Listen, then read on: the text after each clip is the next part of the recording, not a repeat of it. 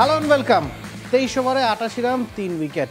চেন্নাই টেস্টের প্রথম দিনে টস জিতে ফিল্ডিংয়ের সিদ্ধান্ত নিয়েছিল বাংলাদেশ। 1982 সালের পর এই প্রথম কোনো দল ভারতের বিপক্ষে ভারতের মাটিতে টস জিতে ফিল্ডিংয়ের সিদ্ধান্ত নিয়েছে।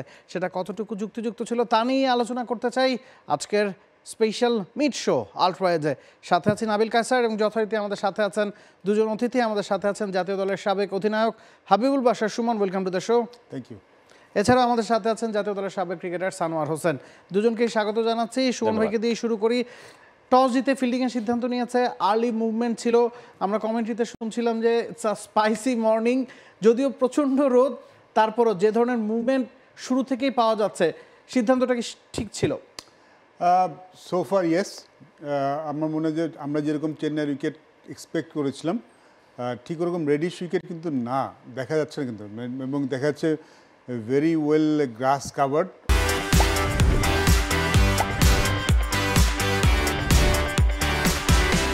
অনেক বেশ ভালোই ঘাস কিন্তু ভালোই আছে, প্রবলি 4+ বা 6 মিলি ঘাস মনে হয় তারা রেখেছেন, এবং সকালে কিন্তু আর্লি ময়েশ্চার বেশ ভালোই ছিল। লোক, আপনি যদি লাঞ্চের মধ্যে 3 উইকেট নিয়ে নিতে পারেন প্রতিপক্ষের, তার মানে স্টার্ট ইন গুড ওয়ে, এটা একটু পজিটিভ স্টার্ট, ভালো স্টার্ট। যে কোনো টেস্ট ম্যাচের প্রথম সেশনে যদি আপনি 3 উইকেট নিতে পারেন। বাট আমার মনে হয় যে যেরকম কন্ডিশন ছিল, আমাদের বোলাররা হয়তো আরেকটু ডিসিপ্লিন হলে আরেকটু বেটার পরিস্থিতি হতে পারতেন। আই মিন 3 উইকেট আপনি যে কোনো দিন নিয়ে নেবেন, যে কোনো টেস্ট ম্যাচের প্রথম দিনে, বাট আরও ভালো হয়তো হতে পারতো। বিকজ আমার কাছে মনে হয়েছে যেরকম কন্ডিশন ছিল সেখানে আমরা একটু শর্ট ছিলাম, বিট টু শর্ট, একটু বাইরে বল করেছি। এই ধরনের উইকেট আসলে, যেটা যখন উইকেটে স্পাইস থাকে, বোলাররা অনেক সময় ওভার এক্সাইটেড হয়ে যান। আর এই উইকেটটা ঠিক শর্ট বল করার মতো উইকেট নয়, যেহেতু ময়েশ্চার আছে সেখানে বল একটু প্রয়োগ কিন্তু একটু থেমে আসছে, বলটা কিন্তু অত জোরে অত কুইকলি ব্যাটে আসছে না। সেক্ষেত্রে হয়তো লেন্থটা আর একটু অ্যাডজাস্ট করতে পারতাম আমরা। আর সামটাইমস নতুন বলে আমরা মনে একটু বেশি বাইরে করেছি, আর একটু যদি ভিতরে করতে পারতাম তাহলে হয়তো আর একটা উইকেট হয়তো একটু বেশি পড়ার সম্ভাবনা ছিল বলে আমার মনে হচ্ছে। এবং প্লাস আমি একটা জিনিস একদমই অ্যাগ্রি করি না যে লেফট হ্যান্ডি ব্যাটসম্যান মানেই শুধু স্পিন করতে হবে।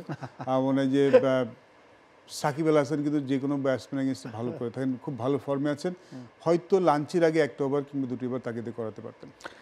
সানোয়ার ভাই, সুমন ভাই যেটা বলছিলেন যে আমরা একটু শর্ট ছিলাম, একটু অফ স্ট্যাম্পের বাইরে বেশি নজর দিয়েছিলাম। হাসান মাহমুদ দেখা গেছে যে ওভার পিচ ডেলিভারিগুলো বেশি করছেন, উইকেটের জন্য গিয়েছেন। তাসকিন কি আরেকটু আসলে উইকেটের জন্য যেতে পারতেন কিনা? বেশিরভাগ সময়ই কমেন্ট্রিতে আমরা শুনছিলাম রবি শাস্ত্রী এবং তামিম ইকবাল কথা বলছিলেন যে তাসকিন একটু ব্যাক অফ দ্য লেংথ থেকে আসলে উইকেট আদায় করার চেষ্টা করেন।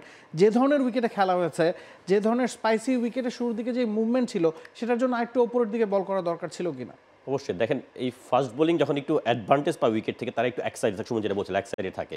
এই ধরনের উইকেটে কিন্তু খুব বেশি বোলারদের কিছু করার দরকার পড়ে না। উইকেটে যদি অ্যাডভান্টেজ থাকে তখন কিন্তু আপনার রাইট লেন্থে বোলিংটা করাটা ইম্পর্টেন্ট, যেটা হাসান মাহমুদ করেছে। এমন একটা লেন্থ, আপনি ব্যাক ফুটে যাবেন না ফ্রন্ট ফুটে যাবেন, ওই লেন্থে বোলিং করলে কিন্তু ব্যাটসম্যানরা কনফিউজড হবে, তখন কিন্তু মানে অপরচুনিটি বেশি ক্রিয়েট হবে। For more updates, subscribe to our YouTube channel and click on the bell icon. Follow us on Facebook and Instagram. Download T-Sports app to enjoy exciting games and highlights. Visit tsports.com.